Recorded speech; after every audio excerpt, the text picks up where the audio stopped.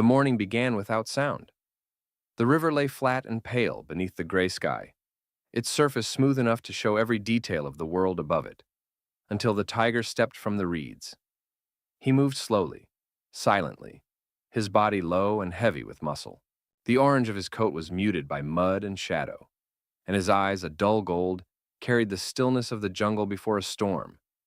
Each step sent ripples through the water, breaking the reflection into fragments that never came back together. The air was thick, heavy with the scent of silt and decay. Fish no longer stirred in the shallows. Birds no longer screamed in the canopy. Even the insects were quiet, as though the river had taken their noise with it. The tiger stopped at the edge of the bank and looked down. His reflection stared back. Perfect, except for the faint shimmer of current. For a long moment he watched himself. The water quivered once, unsure whether to move or hold still. He lowered his head to drink. The first touch of water broke the image completely. The face beneath his disappeared. He drank slowly as if tasting something that wasn't meant for him anymore. The water was warm, too still, tasting faintly of rot. He raised his head and looked downriver. The flow had changed, sluggish, uneven, choked by fallen branches and the faint shimmer of oil from the machines far upstream. The tiger remembered when it had been different, when the river had sung, when the sound of fish breaking the surface had echoed between the trees like laughter, when the air had smelled of rain instead of iron. He turned his head toward the jungle. It was thin here, more stumps than trees, the edges of the forest scraped away by men with saws and metal beasts that never slept. The tiger had seen them once, the fire in their eyes, the noise that shook the ground. He had left that side of the river long ago. Now, only silence followed him. He stepped back into the reeds, leaving the water behind. The surface calmed slowly, hesitantly, as though trying to pretend he had never been there. The reflection returned, but not his. Only the sky, colorless and blank. The tiger walked along the bank until the trees grew denser again. His paws left no sound, only faint impressions in the damp soil that filled with water almost immediately. The jungle swallowed him, but the river did not forget. For a long time after he was gone, the surface trembled faintly, holding the echo of his shape. Then it stilled, and though no one watched, it tried, just once, to remember the reflection it had lost. The jungle slept badly that night.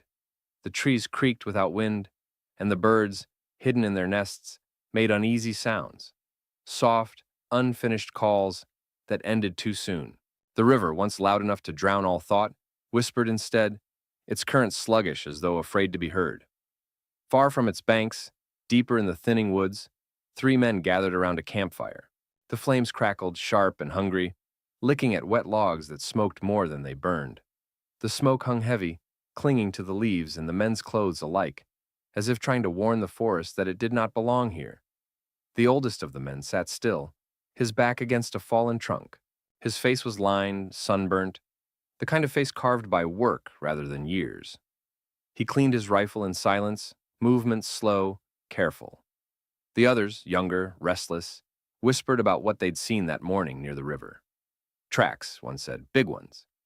Old, the other replied. The rain came through 2 nights ago. Could be nothing.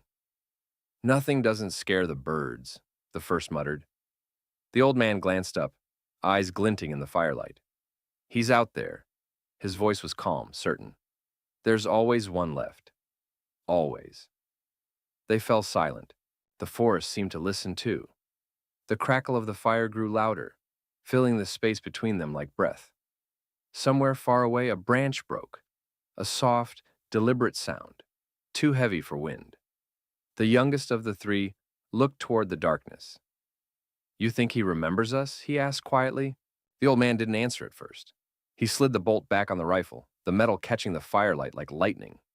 They remember everything, he said finally. They remember the smell of the man who took the river from them. They remember the sound of the first tree that fell. He looked toward the black wall of jungle. And when they stop remembering, that's when they disappear. The fire crackled again. None of them spoke. In the shadows beyond the light, 2 eyes opened. Low to the ground, gold and silent. The tiger had been watching for some time. He had followed the smoke. It didn't belong here. The scent cut through the forest like a wound. He stood perfectly still, his breath slow, his body one with the dark. The sound of the men's voices reached him, soft, uneven. He didn't understand their words, but he understood tone, fear, arrogance, the strange laughter of creatures who killed what they didn't need. He crouched, tail twitching once. Then he turned away. He did not strike. Not yet. The forest was too quiet for killing. He moved back toward the river, silent as fog. Behind him, the men went on talking, unaware that the jungle had already decided what would happen to them. The fire burned lower, its light shrinking.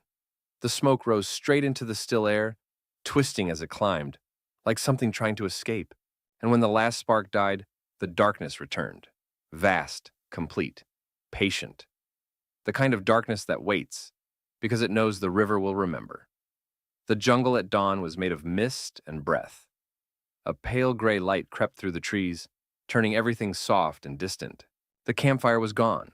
Only a circle of ash remained, damp and lifeless. Around it, the men slept lightly, their rifles within reach, their bodies curled against the cold. The old man woke first. His eyes opened without surprise, as if something had called to him from inside a dream. He sat up slowly, the weight of silence pressing against his chest. The air was wrong. It wasn't just still. It was waiting. He rose to his feet and scanned the clearing.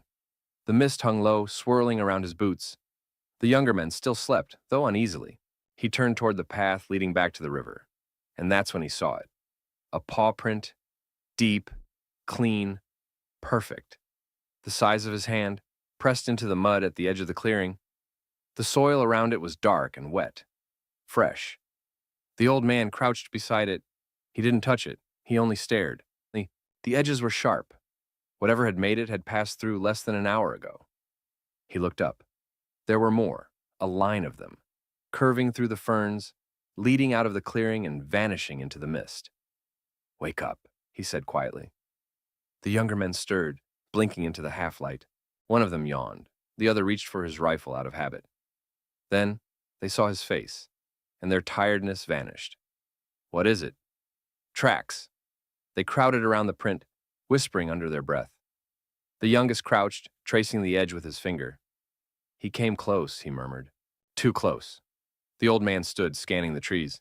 "He was here," he said, "watching us." The jungle was silent again. A bird called somewhere far away, one note sharp and lonely, and then it stopped.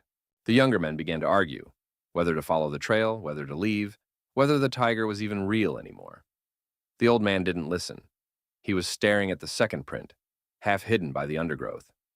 Something was wrong. The print was too clear. The edges were dry, not wet. When he bent closer, he saw that the mud wasn't disturbed at all. It had been pressed into shape, deliberate, careful. A mark made by the earth itself, not the weight of a living animal. He straightened slowly. "He's not running," he said under his breath. "He's leading." The others didn't hear him. They were already gathering their gear, eager to follow the tracks. The old man looked toward the river, though he couldn't see it through the mist. Somewhere beyond, he could hear a faint sound, not the rush of water, but a slow, uneven rhythm, like something breathing beneath the earth. He turned back to the prints. The trail curved again, this time toward the old part of the forest, where the trees grew close and the air was thick enough to feel. No man went there anymore. The old man sighed. "You shouldn't follow," he said quietly. But he didn't stop them. They disappeared into the fog one by one, their shapes swallowed by the gray. When he finally looked down again, the first print had already filled with water. The mud rippled once, though there was no wind. The forest was changing. It wasn't the tiger they were following anymore. It was the memory of one. And as the mist closed behind them, the jungle watched, because even the land had begun to remember what fear felt like. By midday, the mist had burned away, and the sun revealed what the fog had been hiding. A forest that no longer knew itself. The trees leaned unnaturally, their roots exposed and twisted like the veins of an open wound. The air smelled of sap and ash, the strange combination of life trying to grow back over something scorched. The hunters walked in silence now, Their boots sank into soft soil, every step muffled, uncertain. The sound of insects had returned, faint but erratic, clicking from unseen places. Even the birds didn't dare to rise from the branches. They only shifted occasionally, muttering their warnings in whispers. The tiger's tracks continued ahead, always just clear enough to follow, always just far enough to stay unseen. The younger men began to speak less. They didn't notice when the forest changed around them, how the canopy thickened, how the air grew hotter, heavier. The light came in narrow beams now, cutting through the gloom in thin golden shafts. Dust and spores drifted through it like ash. The old man stopped often, glancing behind. The forest felt too close, as if it were moving with them. Every time they looked back, the trail behind seemed narrower, darker. By late afternoon, they reached a clearing. At its center stood a tree, enormous, ancient, the bark blackened from old fire. It rose higher than any of the others, its crown split, its trunk hollow at the base. The ground around it was scorched, the soil hard and cracked. "This is where it happened," the old man said. His voice was quiet, almost reverent. The younger men looked at him, confused. "What happened?" He didn't answer right away. His eyes stayed on the tree. "Years ago," he said at last, "there was a flood. The tigers came here, to this high ground. Men followed. They lit the forest to drive them out. The fire took everything. The river never ran the same after that." He stepped closer. "This one," he said, nodding at the tree, "it didn't die. It watched." The younger of the two laughed nervously. "Trees don't watch, old man." The old man didn't reply. He knelt, touching the charred bark. It was warm beneath his fingers. Too warm. The younger hunters moved around the clearing, rifles ready, eyes darting between shadows. The air shimmered slightly above the ground. Heat, or something pretending to be it. "Let's make camp here," one said. "We can see far in every direction." The old man hesitated. "No fire," he said firmly. "Not here." They ignored him. They were tired, hungry, eager for the comfort of light. They gathered dry branches from the edge of the clearing and built a small pile at the tree's base. When the match struck, the sound seemed too loud. The old man turned away. The flame caught quickly, brighter than it should have. The smoke rose straight up, black and dense. The air shifted. Then came the sound. A low growl. Not close, not far, but deep. It came from the hollow of the tree. The youngest hunter froze, staring at the dark gap in the trunk. The sound came again, longer this time, rolling through the clearing like thunder trapped in a throat. The firelight flickered, bending toward the noise. The old man raised his hand slowly. "Put it out," he whispered. "Now." The younger men hesitated. Then, the first branch cracked. Something moved inside the hollow. A shape, broad and slow, the light catching the faint gleam of eyes. The fire popped, sparks flying upward, and in that brief flare they saw it. Stripes, gold and black, sliding across the inside of the trunk like smoke given flesh. The tiger stepped out. The men stumbled back, rifles lifting too late. The air trembled, the firelight dancing across his shoulders. His fur was wet, as though he had risen from water. His eyes were calm, cold, the color of reflection. The old man didn't move. He just whispered, "You shouldn't have brought fire." The tiger didn't roar. He didn't lunge. He walked past the flames, through the clearing, his gaze steady, unhurried. The smoke swirled around him but didn't cling. When he vanished into the trees, the wind followed him, a single gust that swept through the clearing, snuffing the fire out in an instant. Silence returned. The three men stood frozen, staring at the place where he had gone. The old man finally exhaled, his voice barely audible. "He came back," he said. "Not for us, for the river." The youngest swallowed. "No, what does that mean?" "It means," the old man said, eyes on the blackened tree, "that the jungle hasn't forgiven yet." Above them, the branches shifted for the first time all day. Ash fell like slow gray rain, covering the dead fire, and when the wind moved again, it sounded almost like breathing. That night, no one slept. The forest around them was alive again, not with sound, but with movement. The wind shifted direction without reason, leaves swayed without breeze, and the faint sound of water echoed where no stream should have been. The old man sat awake, his back against the blackened tree. His eyes never left the edge of the clearing. The two younger hunters lay nearby, rifles on their chests, pretending not to be afraid. But every time a twig cracked in the dark, their hands tightened. By dawn, the air had changed again. It was heavier, wet, the faint smell of the river drifting through the trees, though they were miles from its banks. The old man stood and faced east. Between the trunks, the ground shimmered faintly, as if reflecting light that didn't belong there. He took a few steps forward, his boots sinking into mud, where dry soil had been the night before. The earth was soft, damp, breathing. "The river's moving," he said. The others rose quickly, squinting into the mist. The younger of the two laughed nervously. "Rivers don't move," he said. "Not like that." But the ground disagreed. The sound of water grew louder, faint at first, then steady, like a long exhale. The air thickened with humidity. Birds flew from the canopy, breaking their silence all at once. The oldest man turned slowly toward the blackened tree. The hollow at its base had begun to fill with water, bubbling up from the soil in small dark pools. The younger hunters backed away. "What's happening?" He didn't answer. He only watched as the water spread outward, forming thin streams that wove between their footprints, following invisible paths downhill. "The tiger," he said finally. "He's drawing it back." They stared at him, not understanding. "He's moving the river," the old man continued. "The land follows where he walks. The water remembers him." The words sounded impossible, even to him, but the evidence was undeniable. The flow grew stronger. The smell of fresh silt filled the air. The soil trembled underfoot, as if something beneath it was waking. Then came the sound, a low, endless rumble from deep below. The forest tilted slightly, the roots shifting, the mud pulling at their boots. "Run!" one of the men shouted. They did. They fled through the trees as the ground behind them gave way, not collapsing but sinking, turning into a new channel that snaked through the forest, carving the old river's return. The water followed fast, swirling, rising, roaring.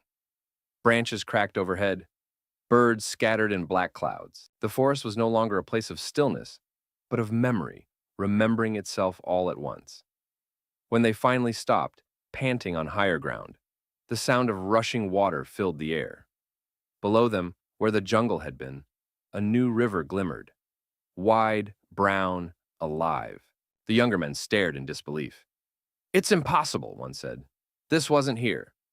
The old man didn't answer. He was staring at the far bank. There, walking along the edge of the new river, was the tiger. He moved slowly, his reflection following perfectly on the surface beside him. The water shimmered where his paws touched, disturbed but never broken. The old man took off his hat and bowed his head slightly. "He brought it back," he whispered. The others said nothing. They only watched, too afraid to speak. The tiger stopped once, turning his head toward them. The distance between them was great, but his gaze reached easily across it.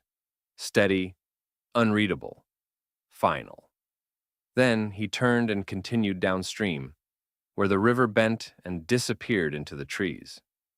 The old man let out a breath he hadn't realized he'd been holding. "He's not hunting us," he said softly. "He's fixing what we broke." The wind stirred again, carrying the smell of clean water, sharp and cool, washing the smoke and ash from the air. The forest below began to whisper, its voice low and endless, the sound of roots drinking again after too many years of thirst. And above it all, the tiger's reflection lingered long after his body was gone, moving with the current as though the water itself had decided it could not forget him.